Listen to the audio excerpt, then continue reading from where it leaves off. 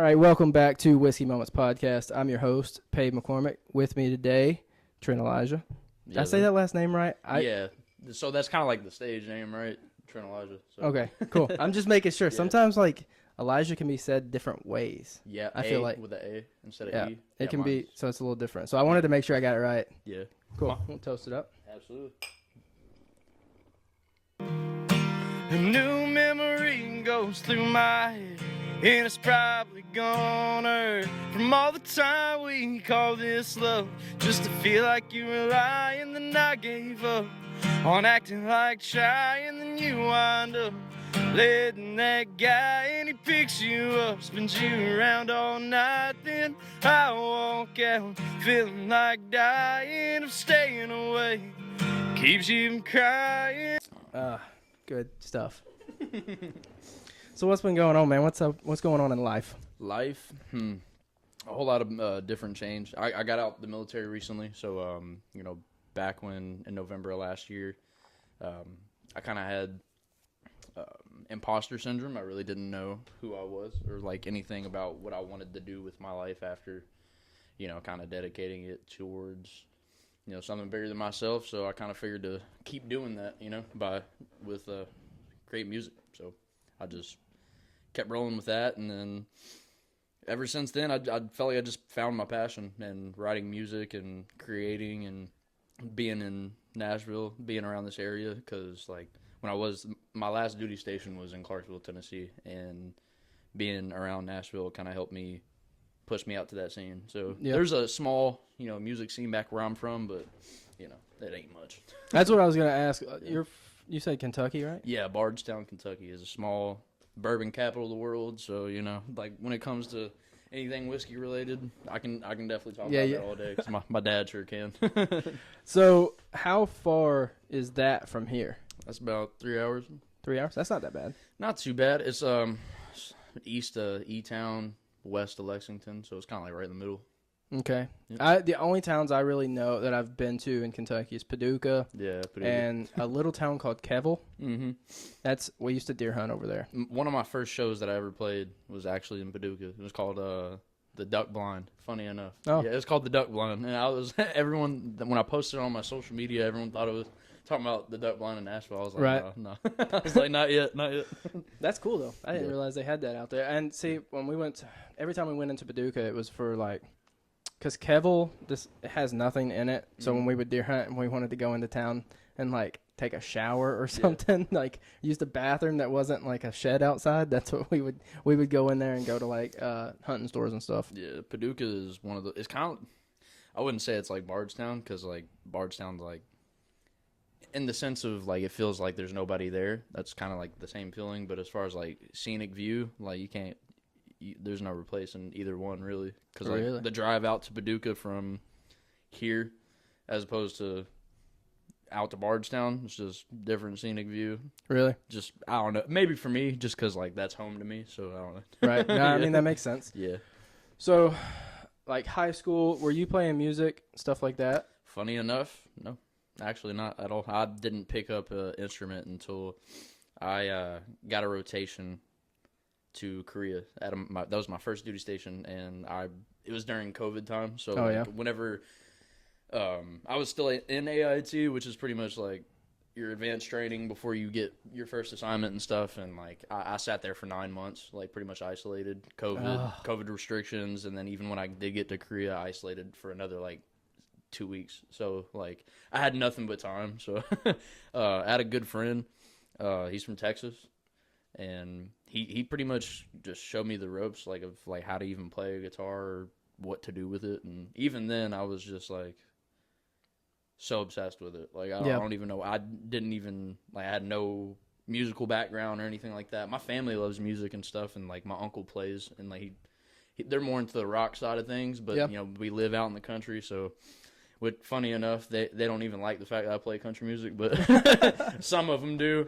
They do. They support it, but at the same time, they're a bunch of metalheads. But we all live out where the pasture is, and where there's a bunch of farm fields. So I'm just it always confused me growing up. How come they didn't really fall more into the country music stuff? But that's why I like being me, because I'm my own person. Right. Yeah, that makes sense. Yeah.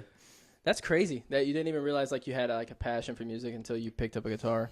Well, and then you're self-taught. Yeah. Like I actually was supposed to have a guitar lesson today, but I was like, nah, I gotta go make it to this podcast. I was like, appreciate that. Yeah, absolutely, bro. So like, I'm kind of picking up on the lead electric role. I want to get into like, the more Telecaster bluegrass sound, just from being from Kentucky and stuff. Like some of my biggest influences in country music are from Kentucky, which is Chris Stapleton, Tyler Childers. Those guys are like, hands down, probably some of the biggest names in country music, and just from them being in the same state that I'm from, that's motivation right there. I get Tyler Childers more than anybody else on this, but like everyone, when I ask them about their like influences, everybody is Tyler Childers. Like I get that more than any other artist. That's from my like hometown. If we were talking about like actual influences on like how I write, or like just like and more towards that as opposed to like thinking about the music side of things as opposed to like how I grew up. I would say probably people like Merle Haggard, Hank Williams, and Alan Jackson, and George Strait, and like all the 90s and 80s guys. The greats. Yeah, man, the greats. I mean, like I don't get me wrong, I like the Morgan Wallens, I like the Bailey Zimmermans, I like those guys. Like they're awesome, and I'd even like to dabble in some of that stuff, but I don't think I'd ever put it out just because like it don't feel authentic to me. Right. Yeah, I feel like they're so good, like modern, that in 60 years they'll, at some point they'll probably be considered greats of this time. Absolutely. I mean, it's just hard to call them greats now. I mean, no one's doing what Morgan Wallen's doing right now, which is crazy. Or like even Luke Combs. I think he just sold out Miami last night. So, and then I seen Gavin Adcock played his first stadium, and I mean, dude looked like he just belonged in it. So, I mean, I'm hoping that if ever one day, this dream ever comes true, like I get up there ready to rock just like those guys. So, the following and like, everyone following along as of right now, like where that is as opposed to like last year when I first started really like diving into the music stuff. I mean, it's night and day, but at the same time, like they call it a 10-year town for a reason, so I'm just trying to be patient with it. Yeah, that makes sense. I mean, Nashville's got a lot. There's a lot of music here. I mean, a lot of people that do music, a lot of everything downtown. So have you played like shows or like the stages downtown? So like one of the first, my introduction to like Broadway, and I'm very controversial about Broadway too, for a lot of different reasons, but for my own experience, I went into Tootsie's, got up there, they did the like, open mic Saturdays and stuff, and I did it, and it was fun, but like when I went to the honky tonk school the following Monday, I got up there and was able to play. I wanted to play like solo acoustic because that's my pocket, you know what I'm saying, instead of a full band, because at that point in time I had never played in front of like with a full band, and I didn't feel like I really like represented me that well, but that was fine though, because like afterwards, one of my biggest influencers in music right now, his name's as you obviously know, and if you don't know it, you live under a rock, Zach Top. So he got up on a podcast too and was like, some of the best advice he was given was you kind of need to have Nashville in your back pocket. You don't want them, you want them to want you more than you want them. So, like that's why I want to sit back and just write and kind of play shows here and there, but predominantly focus on the product that's being put out. Yeah, I think that's fantastic advice. I think there's a lot of people that are downtown playing Broadway like 5 nights a week. Yeah, dude. And I'm like, that's all you're doing. Like that's all you're doing. You don't have time for anything else. You become the local legend there, you know what I'm saying? And that's not my goal. So, I enjoy it, but I've played shows down there like Printer's Alley. I've played, like I said, Honky Tonk, Tootsie's and stuff like that, and even writers' rounds too, but like I don't try to make it a consistent effort to like go down there every single week. Right. Yeah. That could be. How far is Clarksville from downtown? It's exactly an hour. Really? Yeah, pretty much. It was like only an extra 10 minutes to get here, so that's crazy though. Yeah. I was working in downtown too, so I was driving there every day. What do you do like for work now? So I'm trying to get back into, the blue collar stuff. A part of me wants to I'm already kind of I'm already in it, but like I'm kind of transitioning back into the aviation stuff because it's better pay. But that's the tricky part about, you know, the work outside of the work that you really want to do as far as music and, you know, having a consistent income. Like if you don't have the music to promote, or if you don't have the money to promote the music. It makes things more difficult, you know what I'm saying? Right. It really does. So aviation, that's crazy. It's like a small, well, my not group like was very job small. field, but you know what I'm like you don't see that Yeah. like job postings for that very often. No, you do not. And that's crazy. Like mechanic? So like for aviation? So yeah, this is where it's gonna get a little interesting. So where I have to kind of watch what I say. But Okay. when I joined the military, I joined purely just to become an aviation mechanic, just because I had a lot of influences, like father figures to me, that also was in the same field. And Okay. You're absolutely right. Like aviation is a very small, like networking group, and once I was in, I didn't find any sense of fulfillment like they did with working on aircraft the way that I thought I would. So, and that was with the regular Army. And then when I was at Campbell, I was like, okay, I needed to add a little bit more, you know, fun in my life, because it seemed like it was just, you know, a 9 to 5. So I dropped a packet to go to this assessment, and it was for a unit called the 160th. They are a Special Operations Aviation Regiment. So I went through that assessment, went through a lot of schools, and got to have a lot of fun over there with those guys. And, you know, I still got some pretty good brothers over there, you know, and that was probably some of the best times of my life. But at the same time, like, they all tell me, like, nah, dude, go chase that dream. You're good. You know what I'm saying? Like, you're good at it. Like, go do it. And they're still playing my music in the shop over there. So it's pretty That's cool. awesome. That's so awesome. I love it, man. It's cool. So you were at Fort Campbell? Yeah, I was there. You were there too? The only reason I ask, Yeah. were you Army as well? Yeah, I was Army too. Okay. Yeah. Do you guys know Daniel Flores? You know, there's a lot of Floreses in the Army. Do you? Okay. Um, It's not. It's a male. But I'll have to show you a picture, see if you recognize him. He's at Fort Campbell, but he was in my wedding. So, yeah.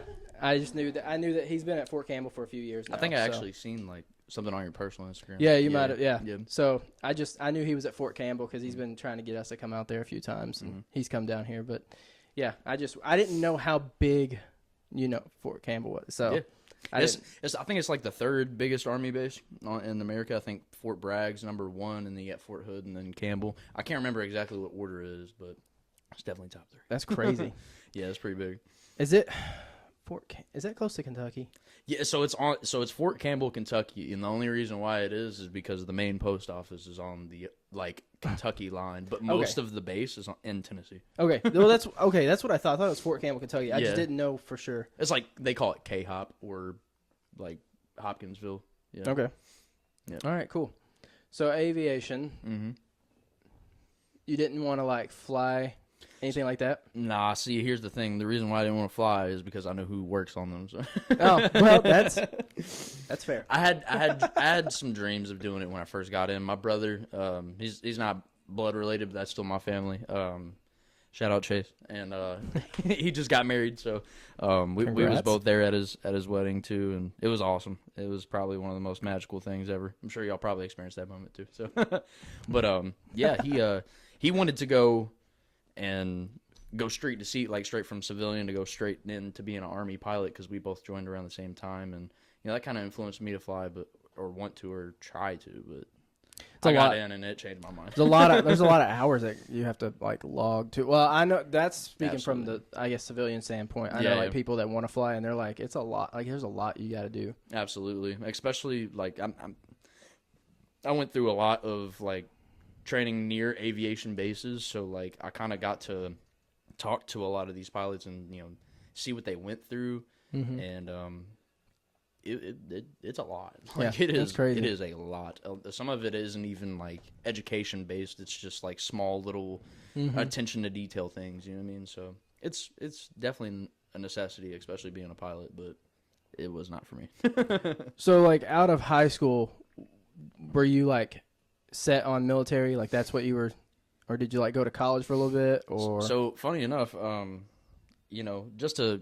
I guess get a little personal with me. I mean, whenever I was 17, me and my dad, we have a great relationship now, but back then we just didn't. You know what I mean? We just didn't see eye to eye with most things, and I ended up like, moving out, and I was like trying to find a place to stay. My brother Chase, that ended up, him and his dad took me in, and kind of wanted to help me get into a career of some sort. And back then, I was just some 17, 18-year-old kid that didn't know what the heck I was doing, didn't come from much. So, I knew I had to do something with my life. And, once I found out that it was possible that I could do that, I was like, I kind of put my eggs all in one basket. So, yeah. Yeah.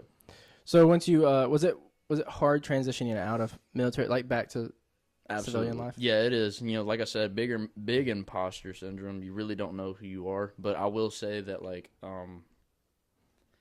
I went through probably the worst breakup I'd ever experienced right before I had got out. And, like, I mean, physical abuse, emotional abuse, all that stuff. So it was really bad. But at the same time, I didn't let that be the reason why I continued to stay in a hole and, like, not chase the things that I wanted in life, like finding somebody that was worth investing my all into, because that's just the type of person I am. Like, I don't halfway commit to anything. So that really kind of just like pushed me out there. I went to a Zach Bryan concert. Some of my followers understand this because like that was like the first viral video I'd ever got. I went down to Nashville to a Zach Bryan concert, and it was around the time that I got out. And that changed my life. It literally changed my life. It changed my mindset on everything. He was probably one of my biggest influences in music. I learned a lot of his songs learning to, like, play a guitar. Right. So when I got there, I wasn't expecting much. I was expecting, like, maybe 1 out of a million chances he might pull me up there and let me play a song with him or something cool. But, like, instead I met Baker Blankenship. I met him in the pit there. And that was before he even blew up. So, like, I seen him. I was like, oh my God, is that Baker? So, shout out Baker. I know you commented on that video too. That was awesome. And that's pretty cool. And Haley Welch too. I seen her there. Really? Yeah. That's pretty cool. And actually, I have a cool story about Baker, but I can't tell you on camera. So when we close this, Sounds good. I'll let you know. But yeah, it's funny. We just met him probably 3 weeks ago. He's an awesome guy, dude. Like, for real. Super awesome guy. He really is. Like, he seemed like he was a kid when I met him, which, it's funny enough. I felt like I was a kid when I met him too. You know what I'm saying? It was only a year ago, and now he's at every festival across the country, dude. And he's like one of those guys. I think a lot of people are, and it's fantastic. Yeah. I think a lot of people are blowing up on TikTok.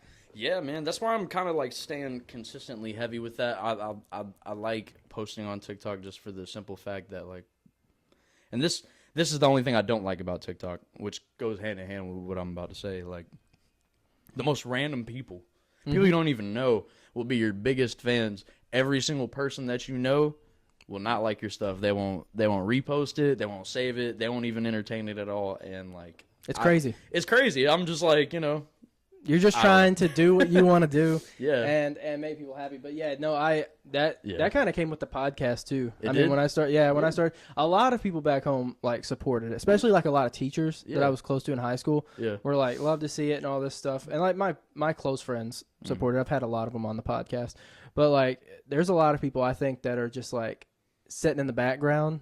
You know what I mean? Waiting for it to go somewhere. Like, I see, because I have yeah, exactly. I have the profile views on on the Whiskey Moments TikTok. So, like, I see who clicks on my page, but then like they don't follow, they don't like it, they just click on it. They probably watch the videos, and I'm like, yeah, you're not being sleek, man. I see you peeping it. Like, go ahead and hit that follow button. It's okay. Yeah. Well, it definitely could be. Yeah, no, it definitely could be. And I've already gotten like some hate comments.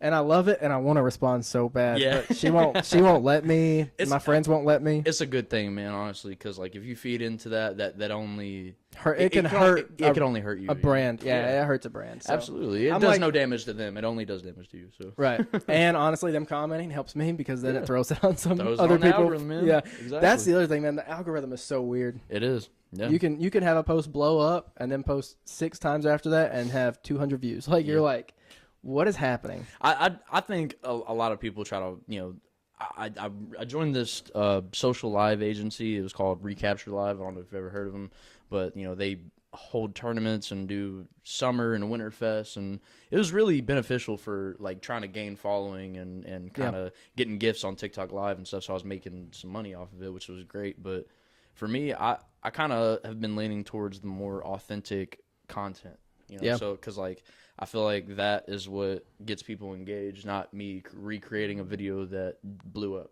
so and it's hard to do like hard. the authentic content and like keep it consistent. I mean, it is tough. Because when we film the podcast, I mean, I probably post 5 or 6 clips from each podcast, like the little shorts that I post. Yeah. But I have like 30 of them. Like because I use AI to edit everything, and when it edits it, it gives me literally like 30, 35 videos.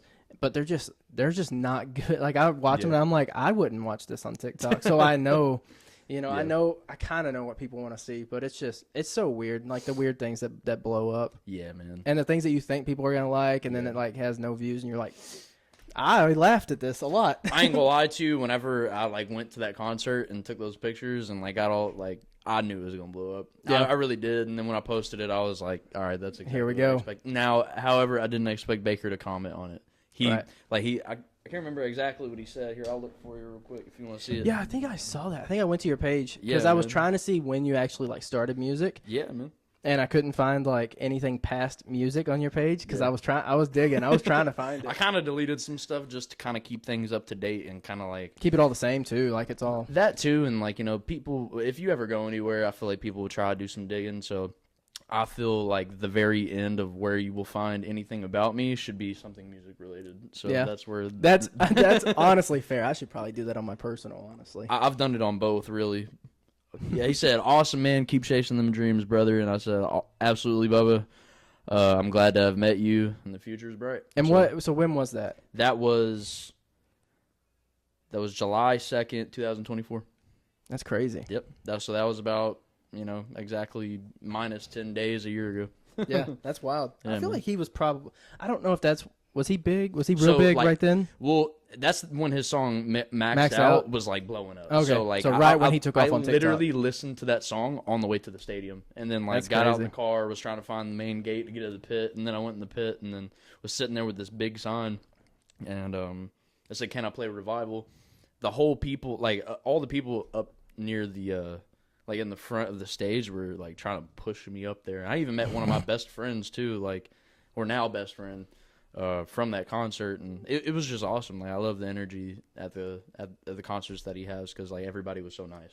That was the coolest thing is that they were so supportive on trying to get me up there. It didn't end up happening. Haley Welch ended up singing Revival, which I'm kind of salty about because I would have sang it a lot better. But but it was still cool. Yeah, it was still cool to meet her and him, and kind of have that experience. Like I just never thought a little small town boy like me would have been able to get inside of a huge stadium full of superstars and like meet them or talk to them. So yeah, that is pretty cool. Yeah, man. So you have 2 songs out. I have 2 songs out, right? So yeah, one's called Regrets. They're all on all streaming platforms. That was my first song. It was a co-write with one of my friends. His name is Brandon Casey. And he's been around Nashville for a long time, but that was kind of like that was my first song I ever wrote. So that was like fresh, like first time ever writing a song, period, or even trying to. Did you write that while you were in the military or once you got out? That was that was when I was still in the military. It was? So okay. Yeah, I kind of started that. That was kind of towards the end of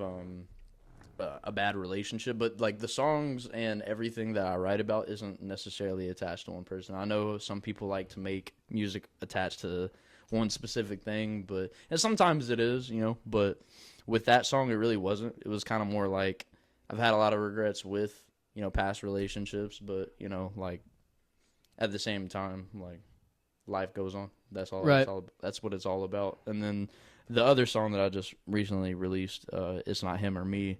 That one's more of being like, not being a pawn in somebody's game. And I've played that game too many times, so especially as of the last relationship I was in. So it kind of inspired me to write that. And that was my first write by myself. So I was really proud of that one. Yeah. So, Did you get to, have you gotten to play those live? Yeah, I got to play those live. And people loved them. I mean, from what I understood, and even all my guys from the shop from the last job that I had in the Army, all those guys came out and supported it. And, oh, that's cool. Like, that was the coolest part, man. Like, they were all like, that was the first time they ever seen me sing, play, anything. So, like, to see that, like, I knew those guys wouldn't lie to me, not just because they're my friends, but Right. You know, like they would be the ones to boo me if it sucked. Like, you know what I mean? I swear to God. So that's how I know it's real. Right. Yeah. So your first time on stage, were you nervous? My first time ever on stage was like, it was in like 2022. Mm-hmm. And that was like whenever my uncle was playing at a small winery in Elizabethtown, Kentucky. I was there with all my family, and that's what made it worse. I was like, I'll play in front of strangers all day. I'll play in front of my family.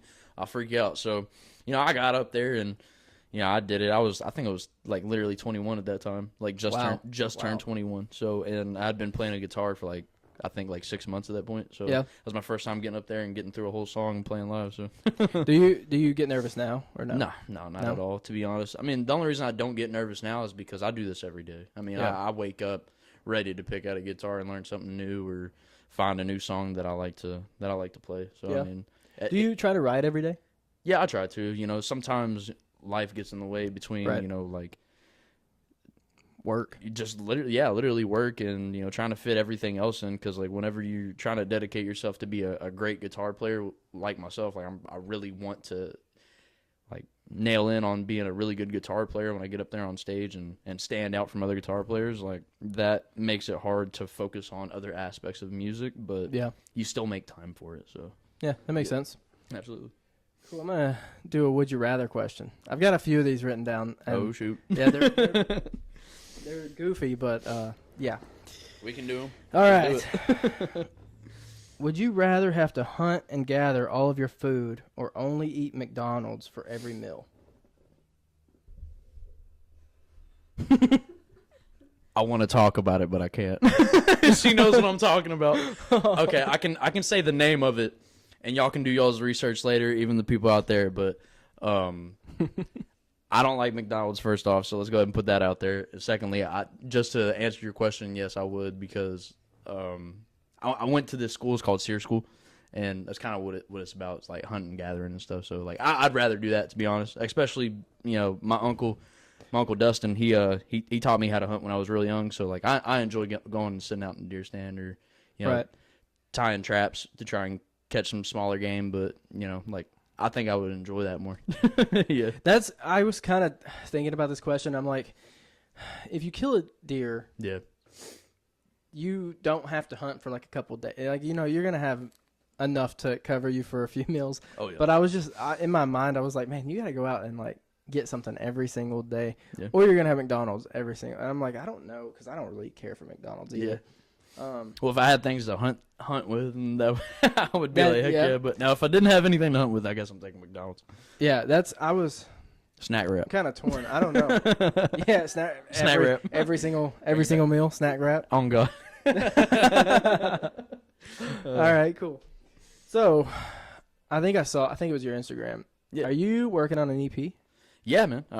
So right now, the first two songs I felt were like small indications of where I want to take this music career, and like, you know, like as far as like the songs go, but I felt like the production team and the people that I've worked with as far as like the first song wasn't exactly what I wanted. So I went out and kind of ventured off and found somebody else for the second song, It's Not Him or Me.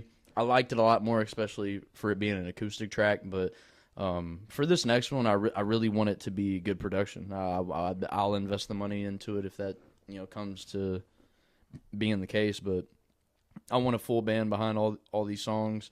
I'll probably have one or two acoustic, but I'm just really looking for the production on this side, just because I want it to sound to the best of its capability. Yeah. On top of that, I want it to be real authentic country music. I'm looking for 90s steel string, bluegrass kind of vibe from that EP, and myself, you know, going into it and thinking about how I want to create this stuff, and yeah. I don't want it to be anything modern. Do you?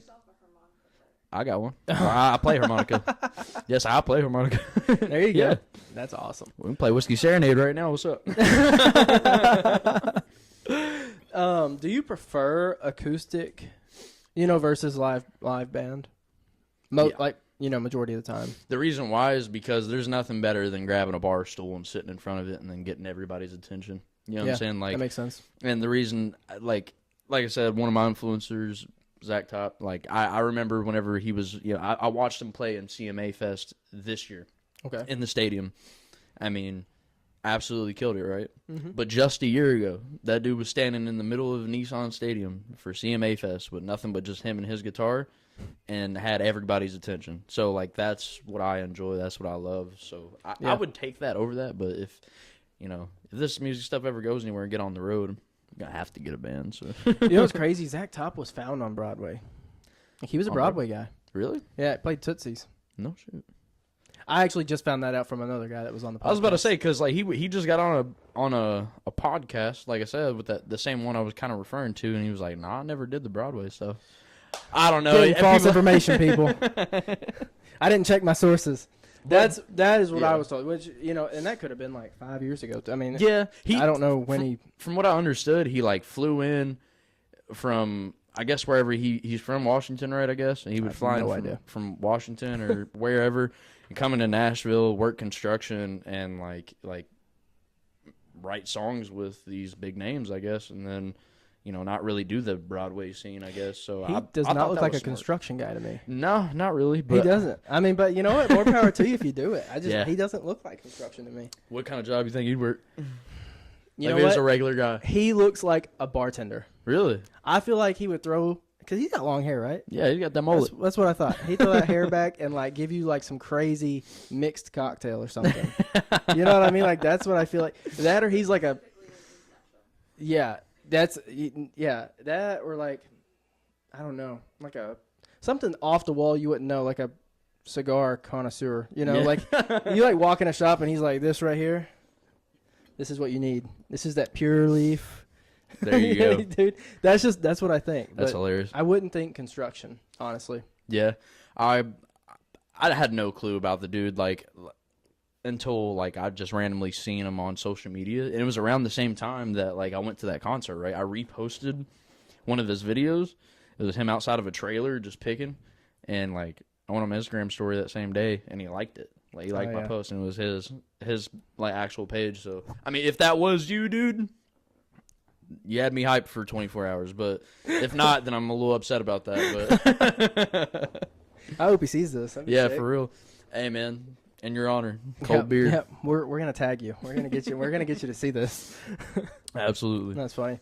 So, what has been your favorite concert that you have been to? This is gonna be a little controversial. Okay. But Ella Langley. I'm not even playing with you. Ella Langley is a superstar. Like that woman puts on. I'm not even playing. Like I'm dead serious. Like I ain't gonna lie. Like there's only two people I've ever been starstruck by. That was Morgan Wallen. So he'd probably be right there. Right there, dude. Yeah. Like right there. Because like that was another thing that kind of changed for me as well. I had something crazy happen at my first concert, which was Morgan Wallen's concert. It was in the 3 days of Nashville last year. So I went from that concert to Zach's concert that same time frame, and then I went and seen Ella Langley like recently at CMA Fest and stuff. And like if I had to compare those two, like I would still be like that starstruck feeling. Mm-hmm. But like as far as memories and good memories, I would say like that other concert for sure. But yeah. It's Ella Langley gets brought up. Tyler Childers and Ella Langley, dude. Ella Langley's the one video for me on TikTok that blew up. Was an artist talking about her being one of the greats one day. And she was glowing on that stage. I ain't gonna lie. I was like, I've never heard. There's only a few people that I've heard live that sound exactly like their music, and that's some of the names I've already mentioned, and she's one of them. So yeah, that's Luke Combs. Luke Combs sounds exactly like he does on the radio, which is crazy. He's probably one of the best ones we've seen. It probably would have been Dermot Kennedy too. Yeah, that's true. George Strait probably would have been there because we saw George Strait, but he only got to perform 5 songs, and Nissan got stormed out. Mm-hmm. It was horrible. We also saw Chris Stapleton that night, and he was fantastic, but all the shows were sped up because the storms were coming in, and they wanted George to perform. Yeah. And so we got to hear like 5 songs, and I was like, man, I wish we could have seen that whole concert. Like, dang. That was the worst. So he probably would have been up there, but when you only hear 5 songs versus like, you go to like a whole Luke Combs show or Dermot Kennedy, if you know who Dermot Kennedy is. But that's. definitely up there. Ellen Langley, man, that's funny. I wish I could have. If there's one person I could have ever seen live, like still at their prime, it would have been Randy Travis. Really? Yeah, probably for real. It would have probably either been him or Keith Willie. Those are the two people I would either see live just to find out exactly what they sounded like live as opposed to their music. Because like I don't know, those two guys are probably one of my like big names up there for me. So yeah, mine would have been Toby Keith. Yeah, Toby. Yeah, if I could have seen Toby Keith live, I'd pay so much money to see. You know that Sears school I was telling you about just a second ago? Yeah, like I found out Toby Keith died while I was there, and oh my goodness, I was so upset. I was like yelling. I was like, America is dead. America died. I was so upset. Yeah, and then his song is like the #1 played song this 4th of July. It was courtesy. Yeah, it was crazy. It's like I don't want to say a full circle moment because he's dead now, but like, oh, glory's flying. Man, it's insane. It's insane. I wish I could see him live. But. Me too. So. Let's do the Mount Rushmore. If you could put whoever your 4 greats are up there, who are you gonna put up there? That's tough, just because it's 4. Chat, this is gonna get real difficult.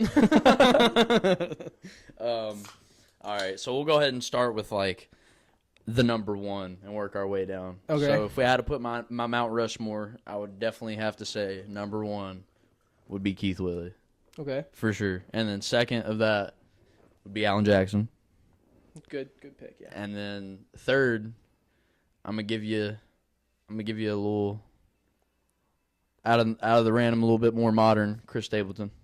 I have to throw him in there. I mean, yeah. And then my last one is gonna be also a little bit modern. Oh, Zachary Top. I mean, solid 4. Yeah, the only reason I picked those 4 is because I like to have 2 of like some influences from back in the day, and then that are really solidified in that 90s country era, and Keith Willie probably a little bit later, but and also have a little bit of today's music too. Those guys are bringing it back to life. I'm just trying to be one of the next to try and help do it, because there's other guys like Braxton Keith. You heard of him? Yeah, that name sounds familiar. Braxton Keith, he's a good old boy from Texas. I watched him play at CMA Fest. If you have not watched this dude play live, you need to, because he sounds exactly like he sounds in his music, and on top of that, just one hell of a performer. She don't even really like country music, and she loved it. She loved his performance. So I was just like, dude, like he's a superstar already. Yeah. That's Kaysen too. Yep. That's the Luke Combs concert we went to. Was at Nissan, and her birthday was like either a few days before it or after it, and I was like, hey, I got you a birthday present. I got us tickets to Luke Combs. She's like, I think this is a you present, not a me present. And I was like, yeah, maybe. That sounded like CMA tickets, didn't it? Yeah. you guys got, how many days did you go? We went 2 days, wasn't it? Yeah, we went 2 days. Did you do the whole day? So I got to play down there. Oh, no, we're not like on any big stage or anything, but one of the Riders Rounds down there during the same time frame. So I've played at Riders Rounds whenever it was just some average weekend, and that one was a lot better. You know what I'm saying? Yeah. So, and then the next day is whenever all the big names were out on Sunday, and that's whenever they were doing the Nissan Stadium too. So I had to go. So I was like, Ella Langley, Braxton Keith, Dylan Marlowe, Tucker Wetmore, everybody. So all the big names. So the only person I didn't see that I wished I could have seen that played that weekend or during CMA Fest probably would have been Riley Green. Yeah. Just because I like his music, especially some of his older stuff. Mm-hmm. He kind of. It's funny to see how many people are kind of on that Riley Green train now, because I was listening to him whenever Georgia Time was a hit, you know what I mean, or some of his first few albums that he put out when I was still in high school was that was my bread and butter right there. So seeing him blow up the way he does now, I mean, he don't not deserve it, but it's kind of crazy to see the back end fans, you know. Yeah.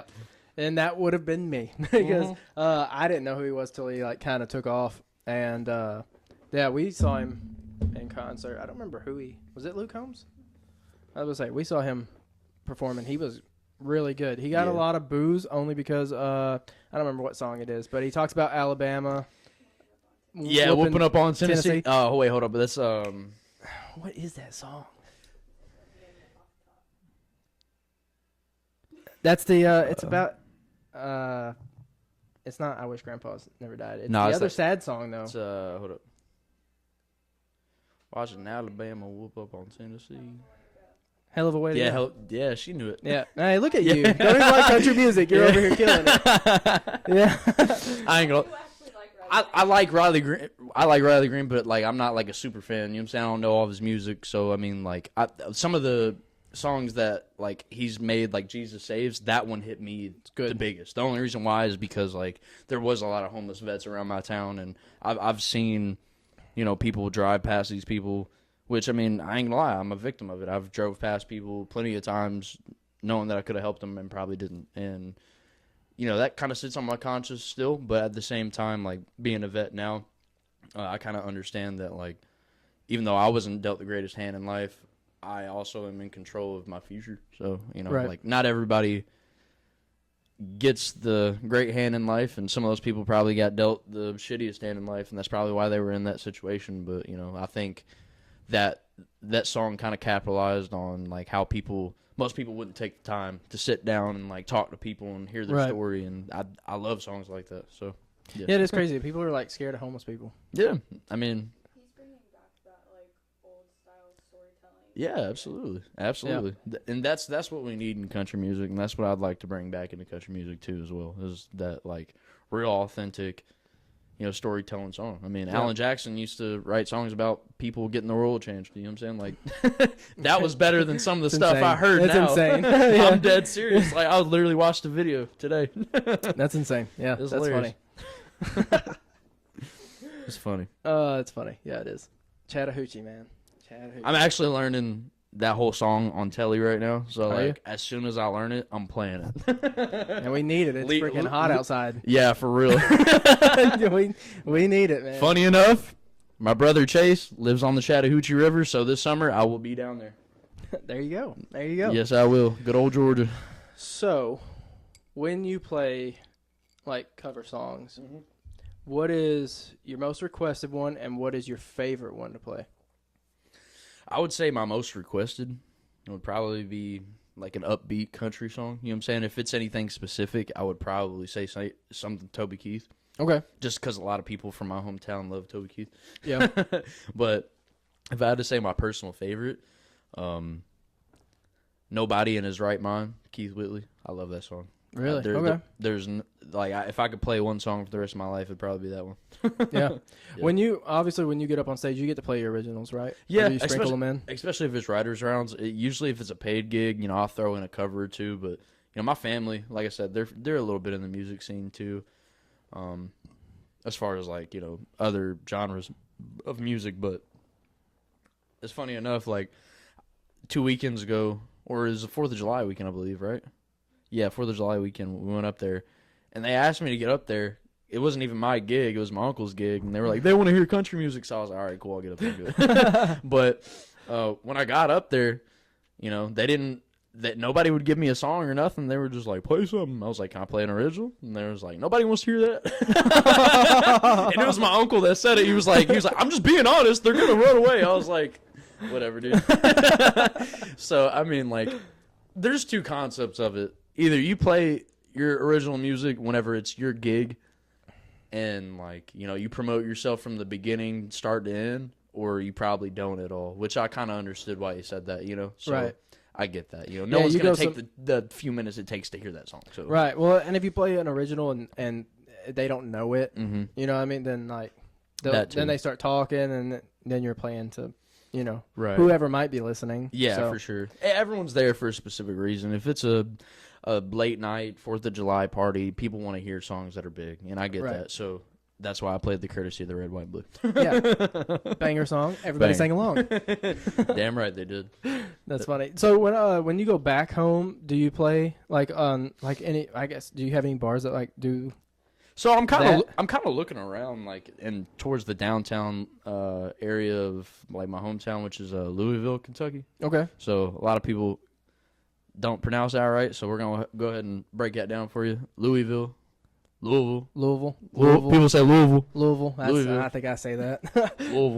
Louisville. That's how I say it. Yeah, Louisville. That's how natives say it. So, but yeah, like when went down there a few times after like being in the military and kind of like getting into the music stuff like at the very beginning. I kind of searched around for places, but nobody would book me at all. They like nothing at all. But I'm continuously putting my footprint in there and like telling them that I live in Nashville and I play down there. It kind of helps a little bit, but at the same time, just like Nashville, it's really about who you know and who you can contact and if they contact you back.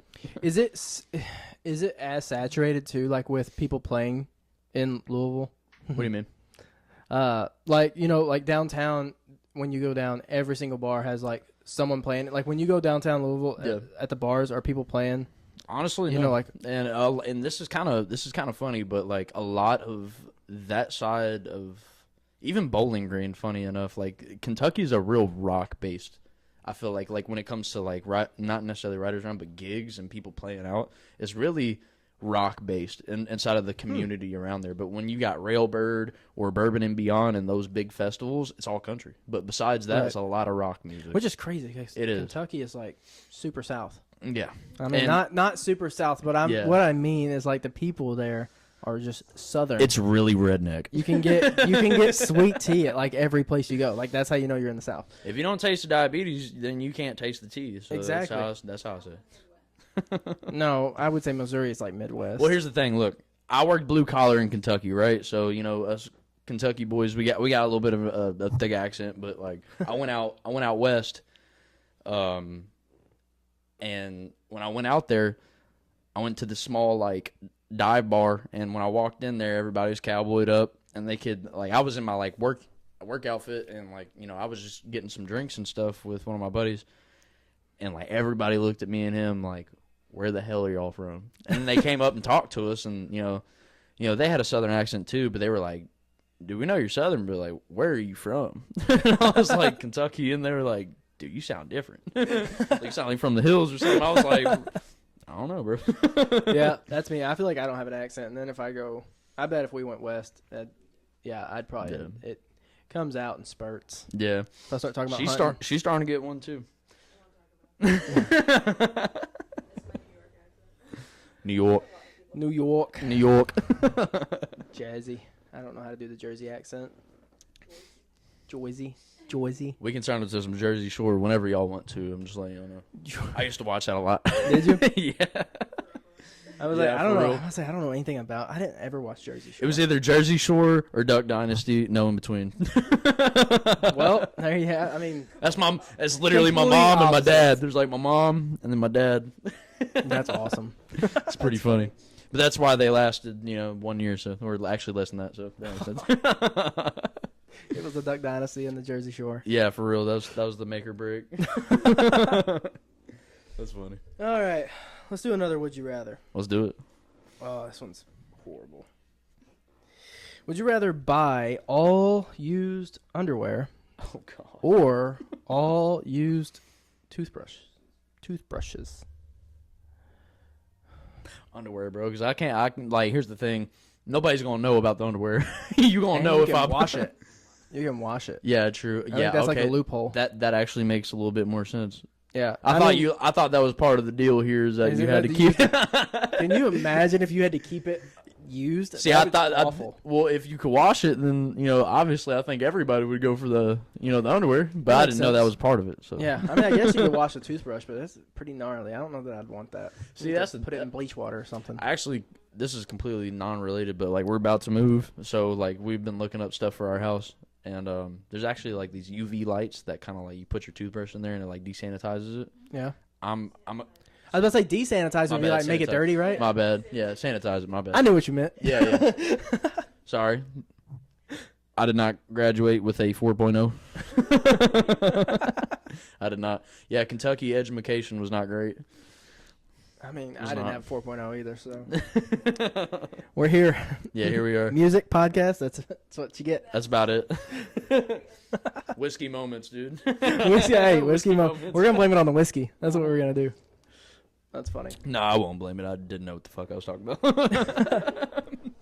Are you guys moving closer? So that's what we wanted to do, but considering the fact that it's gonna be one hell of a commute for both of us regardless, I kind of decided to find a job out near Clarksville. Yeah. So we're going to stick around there, and then whenever, this one decides to get out of Uncle Sam's grip, then we will eventually make our way down to somewhere around Nashville, but maybe not in Nashville because I couldn't handle all that. Yeah, we couldn't either. This is about where we want to be.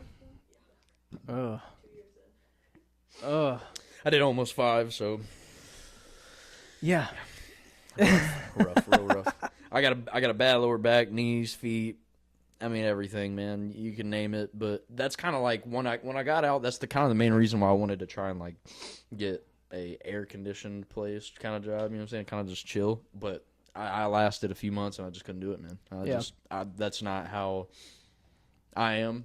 And even if I am kind of a little broken from the Army, I'd rather go and do something I enjoy. So, Right. You know. That makes sense. Yeah. But that's also the main reason why I'm trying to lean into music full time is because like I don't want to do any of that. I just want to do music. Right. That makes sense. Yeah. Did you get to see? I know you said you went to. Did you say Korea? Yeah, South Korea. Did you get to see like a lot of other places? Or? So I didn't really get to leave the peninsula of the island, and the reason why is because like COVID restrictions and stuff. But not only that, like North Korea was acting up a lot while I was over there, so I kind of stayed local.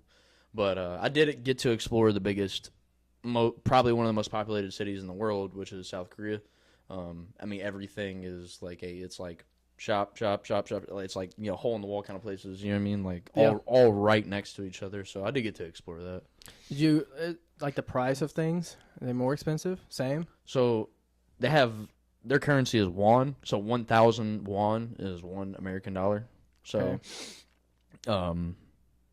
What's like the typical cost of something? So I mean, it was definitely cheaper over there. Was it? Yeah, drinks were cheaper, food was cheaper, clothes were cheaper. But depends on where you really went. If you went to places around the Army bases, they knew they were going to try and get you because most people don't know. You know what I'm saying? But if you go deep into, you know, the country, then you can definitely find the cheaper stuff? Yeah.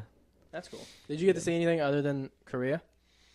Yeah, I mean South Korea. Yeah, I mean I've been around the country before. You know what I'm saying? Like I've been across other different places, going into other. Yeah, not for that. Oh, okay. Yeah, I was like, geez, not that crazy. Not that. They're in the CIA, babe. Yeah, we're actually undercover right now. No. Yeah, this is an interview actually. We found you. No, I'm just. Yeah. What'd I do? No, ours was a music related thing. Oh, that's cool. Heck yeah. Yeah, we'll tell you about it a bit. All right, bet. Cut that part out too. Yeah, well. I'll go to jail. Yeah, I don't think ours is that serious. Yeah, let's not. Let's not do that. They will find me. I live right next to that place.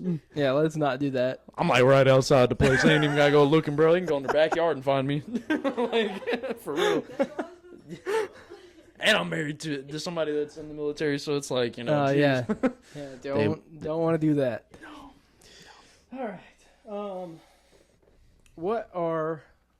Because we're like halfway through 2025. What's the rest of the year look like goal wise for you? So as far as the rest of my goals, really is just like finding a group, a band, a production team that is just like people I vibe with, man. Like I've had people reach out to me and like, you know, talk to me about the music that I've sent them, and they're like, damn, man, that song's really good. Like, please let me produce it. Like, let me get in on it. And I'm just like, heck yeah, man. But like, I'm kind of trying to find a team, man. I'm trying to build something here where I don't have to sit here and pay my friend thousands of dollars to help me, put out music, because if it ever goes anywhere and we work together, that money's going to come back to us. You know what I mean? So, but I've been having some problems with that. Those same people that, told me they wanted to, help produce that specific song of mine that they really liked was also the same people that told me like they had other goals in mind and weren't really, invested into doing something like that. But as far as my goals go, like that's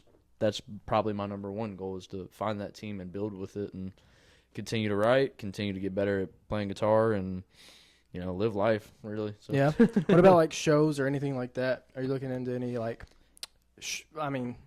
not other than like the small, like obviously downtown stuff? So I'm glad you asked that, actually. So my biggest goal, maybe not for the rest of this year, but just like maybe like a year from now exactly. And even if it did happen within the rest of this year, I would be stoked. But there's this place called the Log Still Distillery.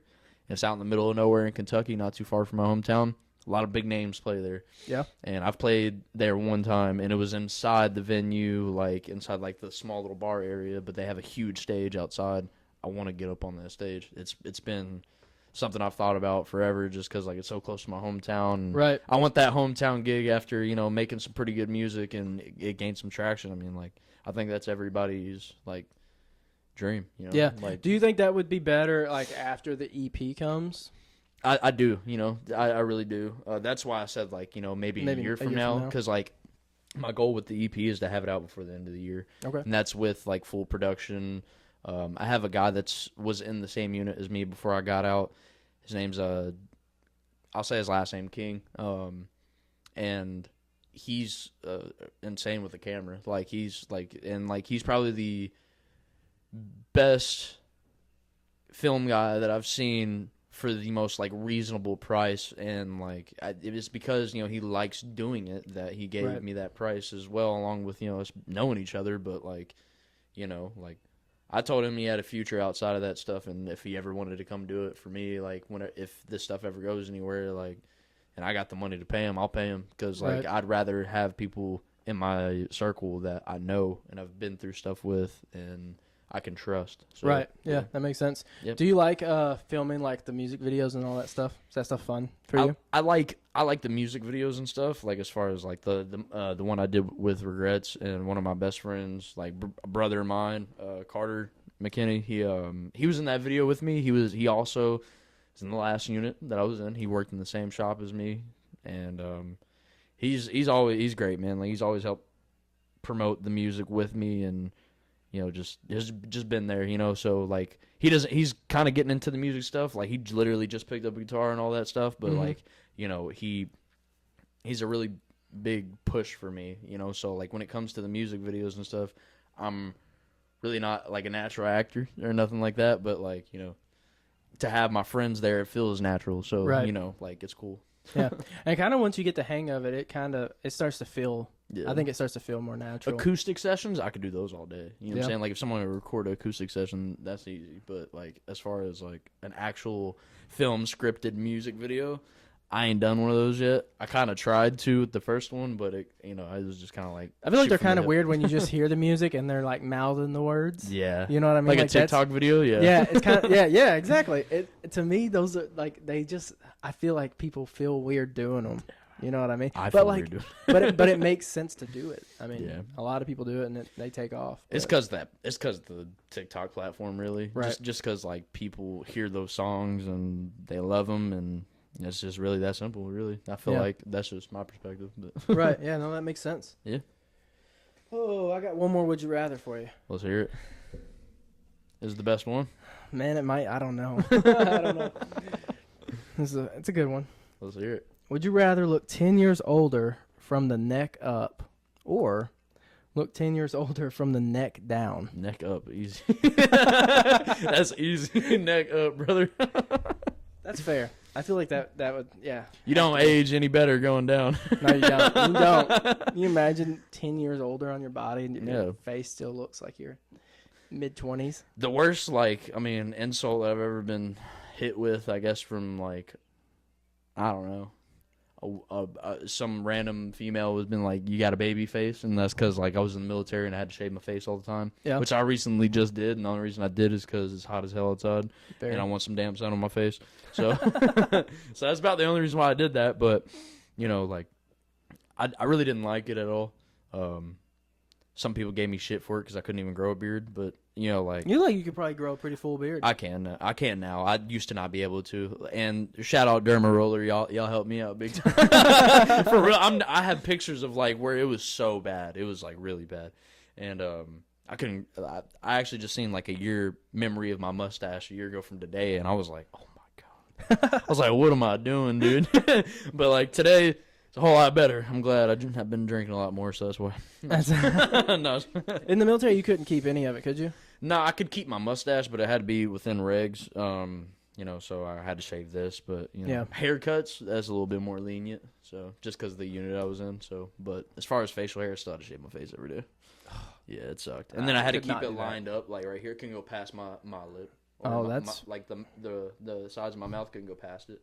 So I had that like Hitler stash. So bad, man. It's so bad. We do not condone anything that man did. Just giving you a reference. Yeah, just a reference. Just a reference. So I looked like Zach Top before Zach Top could grow a mustache, I guess, if that's a reference, or like whoever else has a shitty mustache that's famous. I don't know. Could you name one? I'm sure there's a few. I'm sure there's a few. Probably. That's funny. All right. I think that's all I have. Yeah. Do you want to? Yeah. So I mean, I guess I'll give y'all a little background on this song that I'm gonna perform for you guys. This one's called "Anywhere But Home." I wrote this about my dad. Whenever I first moved to Tennessee, it was just me, my brother, and my dad, and he was out laying rebar in Nashville.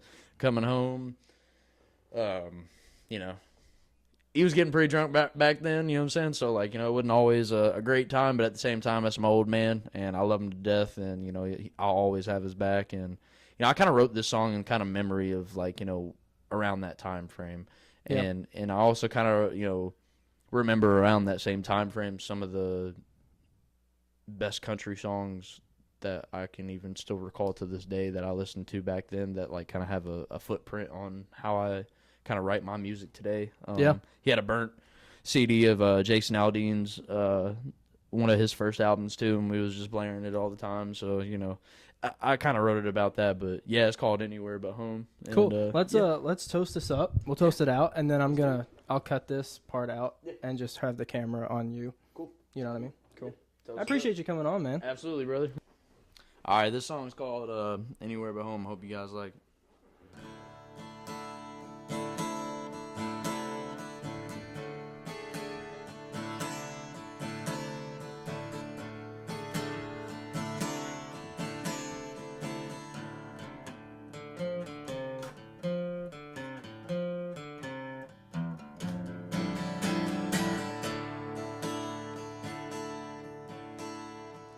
Daddy had a 90s model Ford pickup.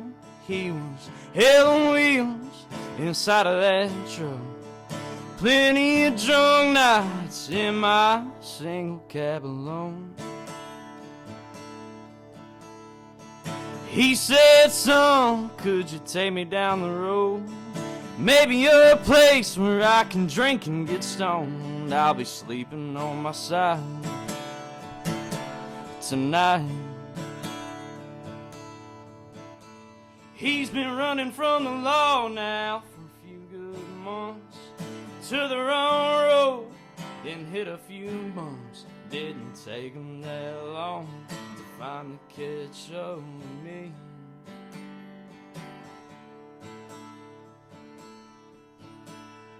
I reckon county jail is where I'll sleep. Anywhere but home is fine with me. That's where my wife is waiting on me.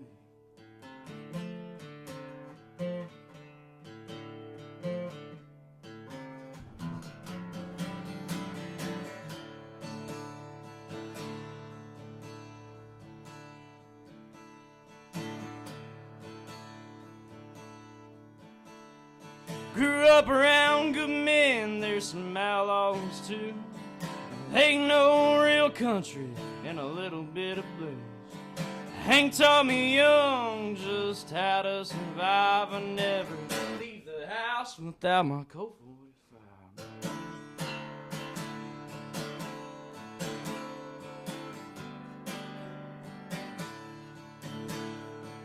George makes songs for the love that grows old. Trying to walk a straight line, that's what Johnny was told. And everything he said was worth his weight in gold. That's why I listened when he said, I'll go anywhere but home.